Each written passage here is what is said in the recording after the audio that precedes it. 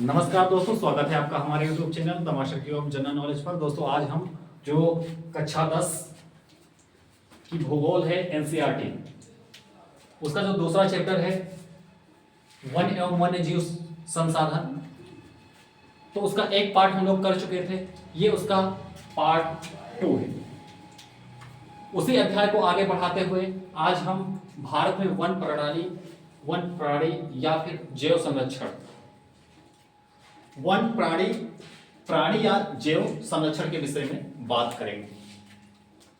अगर हम बात करें भारत में वन प्राणी और जैव संरक्षण की आवश्यकता क्यों है, तो इसकी आवश्यकता थी, भारत में इसकी आवश्यकता थी क्योंकि कई सारे जीव जंतु जो थे वो विलुप्ति की कगार पर पहुंच चुके थे।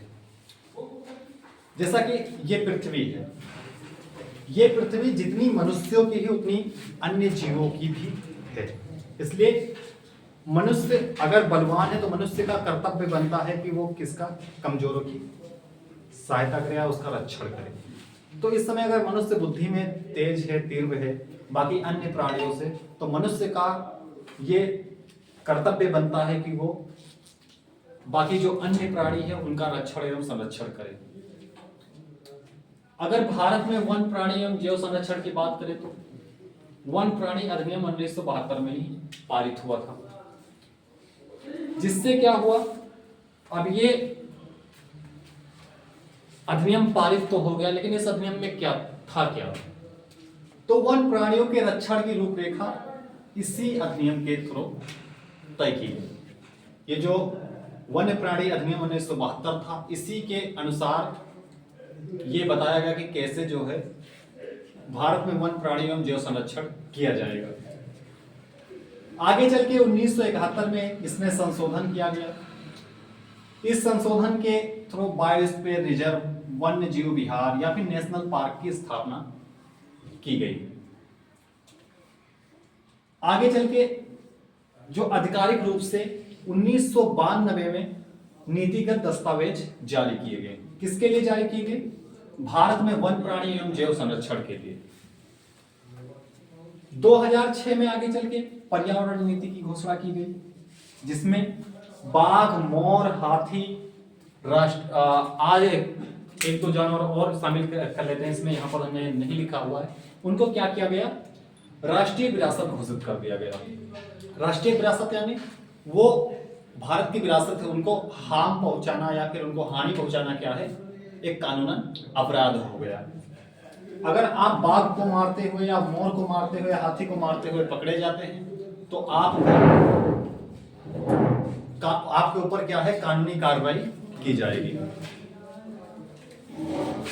अब इसी नीतियों, ये जो अधिनियम बनाया गया था, इसी में एक योजना की शुरुआत होती है, बाघ परियोजना। बाघ परियोजना, दरअसल बाघ परियोजना की शुरुआत करने का एक कारण था। हुआ क्या था,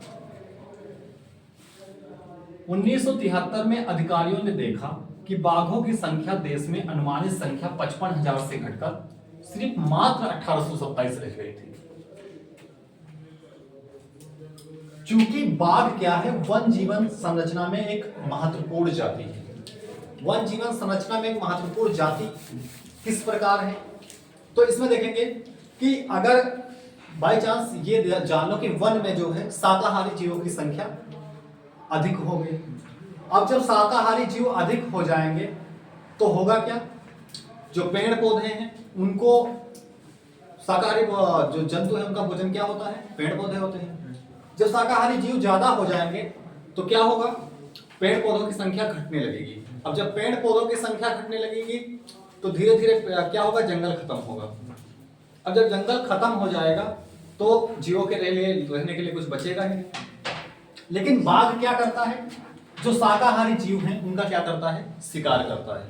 क्या करता है, शिकार करता है। अब जब शिकार करता है तो उनकी संख्या संतुलित रहती है, और संतुलित रहती है तो सारी चीजें मेंटेन रहती हैं।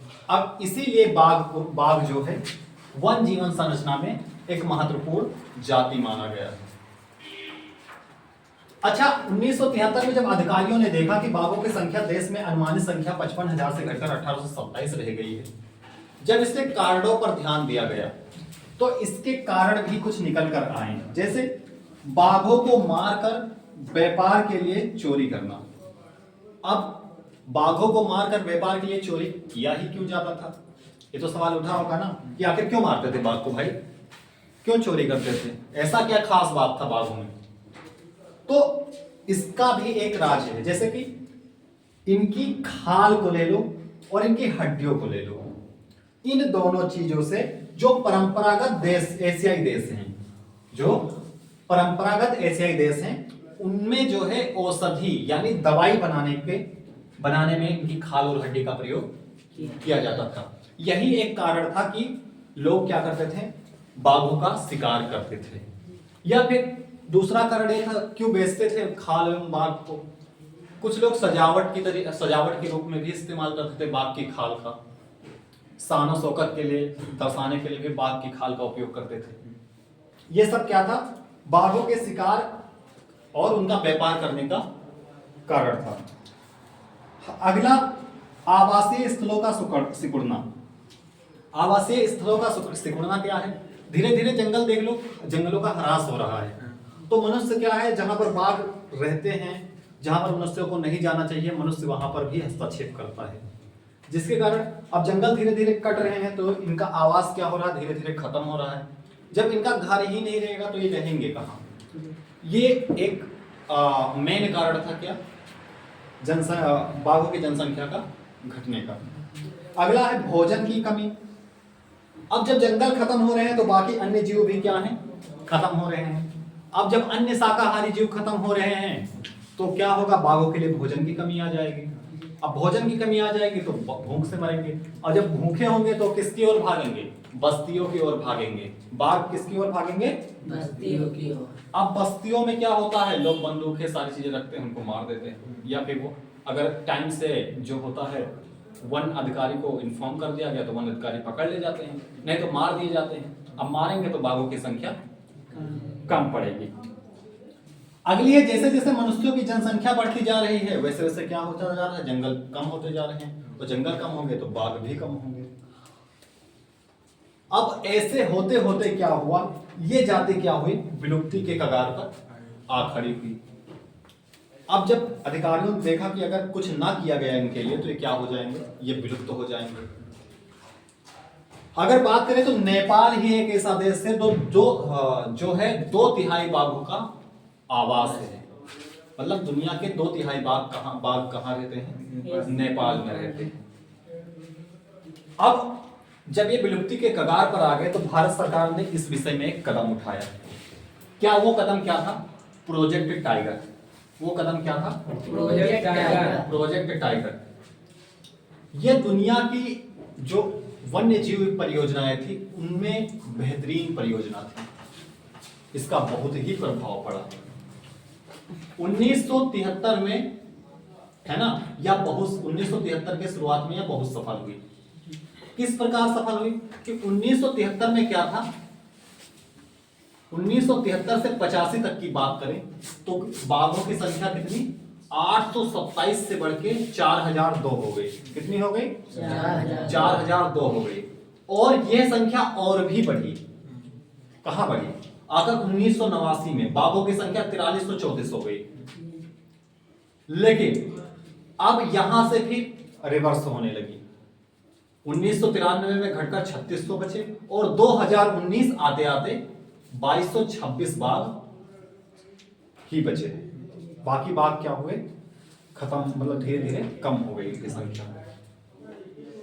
अगर बात करें भारत में तो भारत में 71,027 वर्ग किलोमीटर क्या है भूमि पर 50 बाघ रिजर्व बनाए गए हैं। कितने, 50 बाघ रिजर्व बनाए गए हैं, जिनमें अगर बात करें, ठीक है, तो यूके यानी उत्तराखंड में जो है जिम कॉर्बेट राष्ट्रीय उद्यान बाघ रिजर्व के लिए बनाया गया है।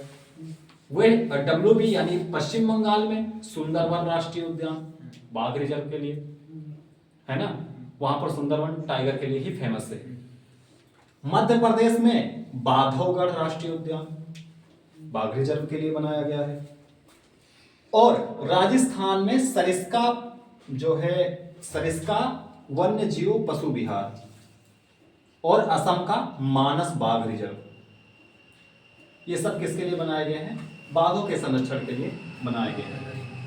अब प्रोजेक्ट टाइगर के नाम से ये स्पष्ट होता है कि ये योजना सिर्फ टाइगर के लिए रही होगी, नहीं, ये टाइगर के अलावा अन्य जीवों को भी शामिल करती है। जैसे हमने टाइगर को बचाने का खूब प्रयास किया, लेकिन जो उनको भोजन प्रदान करने वाले जीव थे उनको बचाने का प्रयास ही नहीं किया। अब तो वही हाल हो गया कि मरीज को ग्लूकोज दिया जा रहा है लेकिन खाना नहीं दिया जा रहा है।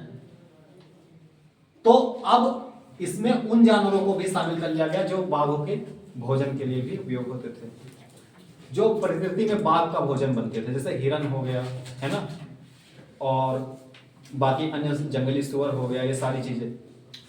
तो इसका लक्ष्य जो है मात्र बाघ का संरक्षण नहीं, अपितु बड़े आकार की जाति का रक्षण कर रहा है। तो आई होप ये समझ में आया होगा कि प्रोजेक्ट टाइगर क्या था और इस परियोजना की शुरुआत आखिरकार क्यों हुई थी।